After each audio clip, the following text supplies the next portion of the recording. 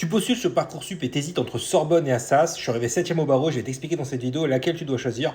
Enregistre la vidéo en cliquant sur ma en bas à droite et abonne-toi. Et n'oublie pas de prendre mon coaching, mon master Parcoursup sur mon lien en bio. Il y a un modèle de lettre de motivation, lettre de recommandation, des conseils pour le CV. Ça booste ta candidature au max. L'année dernière, 100% de mes élèves ont eu l'un de leurs 5 premiers choix et les mêmes qui ont eu leur premier choix. Alors déjà, dans les classements, tu remarqueras que Lyon 2 est devant Sorbonne et Assas dans les classements des licences politiques sur l'étudiant.fr. Mais si on compare que les deux, on peut voir que Sorbonne a des taux de réussite un peu plus élevés, puisqu'en la réussite en 3 ans est à 66%, alors que Assas a 58% de réussite en 3 ans. Donc il y a quand même une grosse différence, quasiment 8% de différence.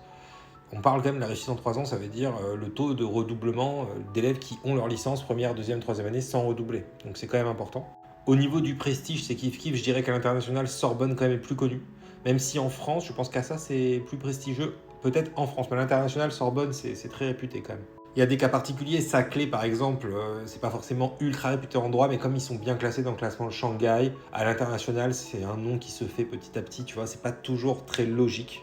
Il y a aussi toujours une histoire d'idéologie. Sorbonne était connue pour être plus à gauche, Assas plus à droite. C'est pas les mêmes milieux sociaux notamment. Une partie du 16e dépend d'Assas notamment. Bon, il y a des choses à voir comme ça. Les ambiances ne sont pas les mêmes, il y a des petites anecdotes. Moi j'ai entendu des anecdotes parfois négatives sur Assas où on disait que certains élèves partageaient pas trop leurs cours, etc. Mais bon, est-ce que c'est totalement vrai? Je pense pas. J'ai eu en master Assas que j'ai refusé parce que j'avais mieux. Moi j'étais dans un parcours à Normal Sup, donc voilà, j'avais mieux. Donc j'y ai pas étudié à Assas, mais j'ai entendu des choses en tout cas. Assas a quand même des très bons partenariats, je trouve, en master. Pour les alternances et tout, c'est pas mal.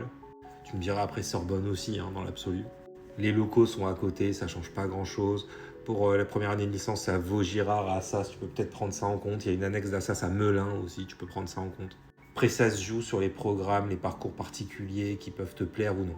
Je peux rédiger ton projet de formation motivé par email dans 2 domaines différents, peu importe si c'est du droit ou non. Il suffit de m'envoyer tes relevés de notes, ton CV, ta liste de vœux par email, ça coûte 49. Et pour 99, je te fais un coaching complet. Donc il y a des audios en plus où j'analyse ton CV, ta liste de vœux, je te donne des alternatives, etc. Je t'explique comment booster tous les éléments de ton dossier, grosso modo. Pour 49, c'est vraiment juste les 2 lettres.